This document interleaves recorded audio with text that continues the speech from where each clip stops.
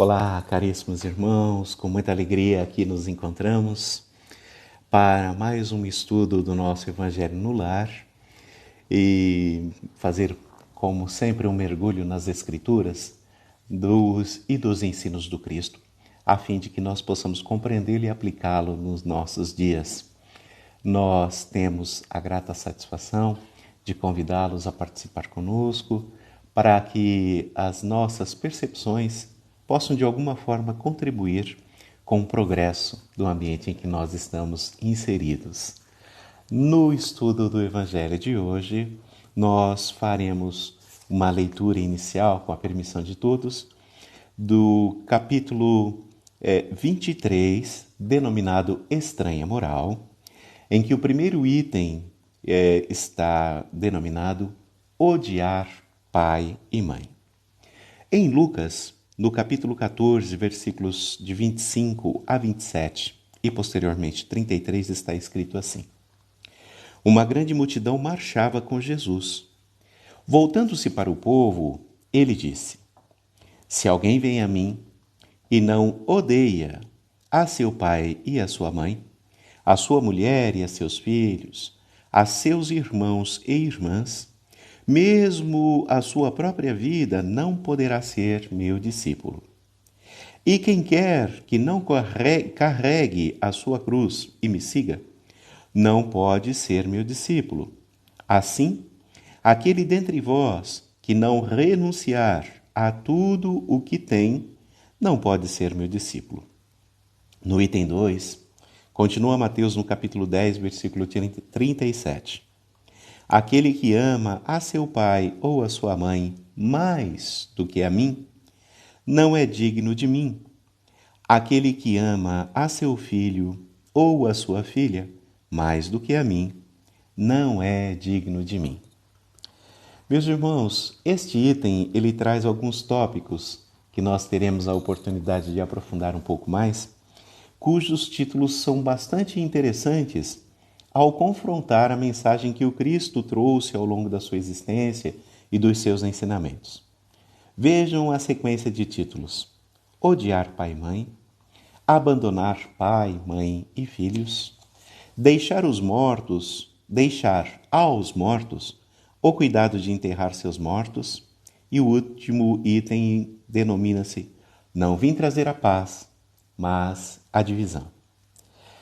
A pergunta que Kardec faz para todos nós, para a nossa avaliação, é se, diante de todos os ensinos do Cristo, ao longo das suas vivências, se realmente hoje, nos dias atuais, ao ler estas transcrições do Evangelho original, nós realmente acreditamos que estas palavras foram ditas tal qual nós conseguimos interpretar nos nossos dias atuais pelo Cristo.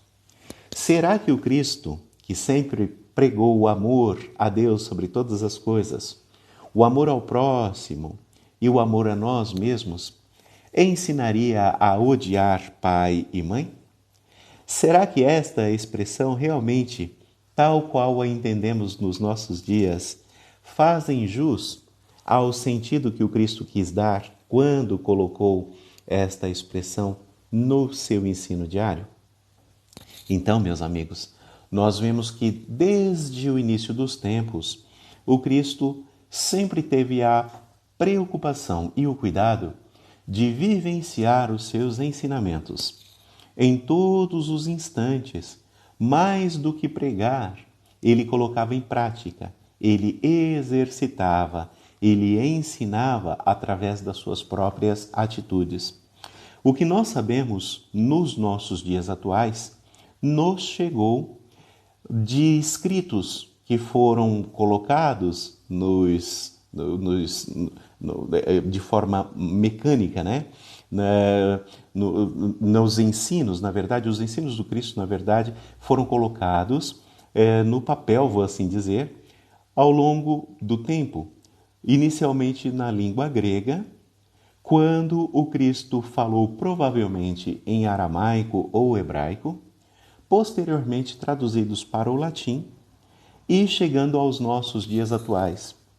A questão é que, muitas vezes, a considerar os costumes de época, os hábitos de uma população, quando nós falamos muito tempo posterior, muito tempo depois, em outra língua, a sensação que esta pessoa quis, há muito tempo atrás, traduzir e que já foi registrada por uma outra pessoa, pode não ter sido exatamente percebida ou não chegou até nós tal qual a expressão inicial quis realmente traduzir.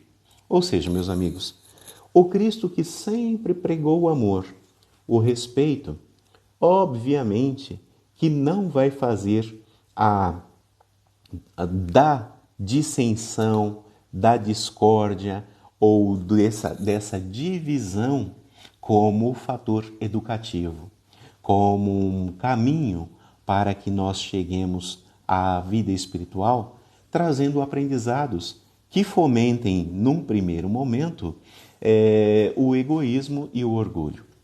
Quando nós olhamos odiar pai e mãe, e aí ele está dizendo de odiar os seus bens materiais, de odiar filhos, obviamente o sentido seria muito mais justo a gente interpretar como um apego maior, como aquela pessoa que coloca a si próprio diante dos ensinos de uma vida material versus os ensinos de vivências da vida espiritual.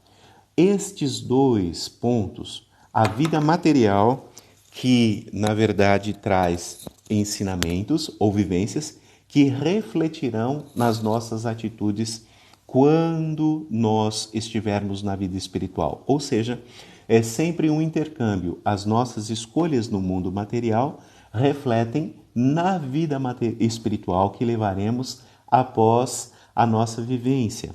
E na vida espiritual, nós fazemos os projetos para a nossa evolução e aplicar na nossa vida enquanto encarnados tudo aquilo que trazemos na nossa alma. Então, uma vez mais, meus irmãos, esse título, inclusive chamado Estranha Moral, é realmente para colocar o nosso crivo, a nossa percepção, a nossa análise em ação, para que não sejamos levados a entender de forma deturpada os ensinos do Cristo. Ou seja, vamos falar mais claramente. Obviamente, este termo que foi traduzido para o nosso português não exprimiu a intenção do Cristo. Então, propriamente, o Cristo teria dito algo mais ou menos assim: aquele que colocar o apego à sua família, aos bens materiais, à posição que ocupa no mundo material, à frente dos seus interesses espirituais, não encontrará assim a paz e o caminho da evolução para uma melhor posição na sua vida espiritual. Então, obviamente, o quesito aqui que a gente vai ver fala inclusive da característica da própria língua em que o Cristo se exprimia. Muito provavelmente, junto dos seus discípulos, ele falava o aramaico. E essa língua diz que é muito peculiar, porque ela, inclusive, na maneira que ela é escrita, é como se ela não tivesse vogais. Então, quando nós olhamos uma palavra, então você tem que montar um contexto e assim entender o que aquela pessoa quis dizer. Então, é como se vocês enxergassem, por exemplo, as letras T, R e V. Poderia ser trava, poderia ser trevo ou poderia ser trova. Então, na verdade, quando a gente olha estas características da língua, nós vamos chegando a alguns pontos que parecem estranhos, inclusive colocados pelo próprio Allan Kardec. Por exemplo, ele diz aqui no item 3, que quando a gente vê aquela expressão que é mais fácil um camelo passar pelo buraco de uma agulha, numa lembrança de que a própria palavra camelo, cabo ou corda seriam escritos em aramaico da mesma forma. E nós sabemos, inclusive, que agulha referia-se o Cristo àquelas passagens menores que existiam nos muros, nas fortificações das cidades ao seu tempo, porque Jerusalém era uma cidade fortificada, era uma cidade murada. Então, existiam as portas principais, inclusive muitas delas têm seus nomes, e existiam as portas menores.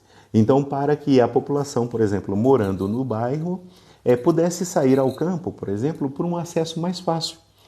Esta porta menor era chamada de agulha. Então, quando você imagina um camelo, um animal alto e grande, para passar por uma portinhola, então talvez isso desse um trabalho muito maior. Então é muito mais difícil fazer um camelo passar por uma porta menor. Então isso fala dessa dificuldade quando Cristo diz que é mais difícil, né, fazer um camelo passar por uma porta dessa do que um rico entrar no reino dos céus. Então, expressões que nos soam estranhas, expressões que soam chocando com os ensinos do Cristo, quando essa palavra odiar pai e mãe é de uma entidade, de um ser que só pregou o amor, inclusive aos seus inimigos, obviamente que contradizem os ensinos deste Cristo. Então, aqui nós vemos algumas expressões que são fundamentais que as entendamos com amor, inclusive aceitando que o contexto da vida do Cristo sempre foi o trabalho de ensinar a todos nós o amor a todas as pessoas, em todas as situações, em todo o tempo da nossa existência. Por isso, inclusive, faz também Kardec menção de que a expressão que nós entendemos que Deus criou o mundo em 7 dias também passou por esse mesmo processo de uma dificuldade em entender o significado real, quando para os judeus, que estão acostumados com a forma de contar a história do seu povo, diz que o mundo foi criado em 7 etapas, em 7 fases. Inclusive, Kardec coloca aqui que esta forma de interpretar ao pé da letra pode levar a uma descrença. Então, quando nós vimos os estudos provarem que tem fósseis de milhões de anos, a primeira coisa que a gente pode levar, se analisada friamente, ao pé da letra, e não enxergando o espírito que faz vivificar esses ensinamentos, é que tudo que se refere à religião não passa de mera fantasia, de mera frivolidade, de ingenuidade de nossa parte, pois, se existem fósseis, o mundo não poderia ter sido criado em apenas 7 etapas de 24 horas. Então, meus amigos, que nós possamos ter sempre o trabalho de raciocinar com amor, de ter a liberdade de exercer o nosso livre-arbítrio também no tocante à maneira que nós enxergamos e somos convidados a conviver com os aspectos da espiritualidade. Então, o Espiritismo diz que é dada a liberdade a cada um de nós para que nós entendamos da melhor forma e não deixemos que continuem dúvidas quanto à percepção dos fatos, aos ensinos do Cristo.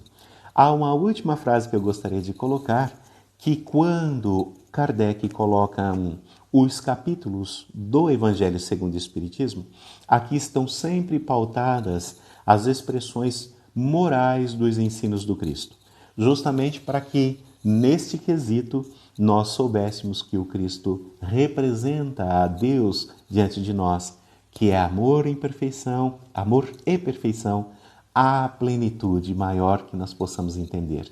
Em todos os aspectos, Deus é infinito, inclusive na sua capacidade de nos fazer compreender e evoluir com o tempo.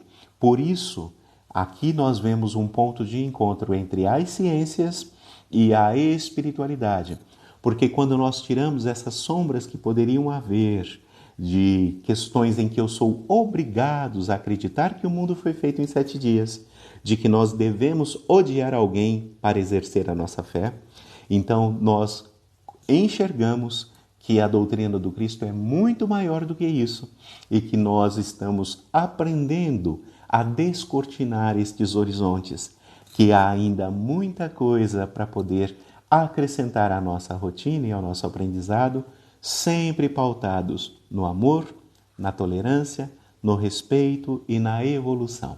Muito obrigado, meus irmãos, fiquemos todos em paz e que até a próxima segunda-feira, quando continuaremos com o nosso estudo do nosso Evangelho. Um abraço a todos e muita paz.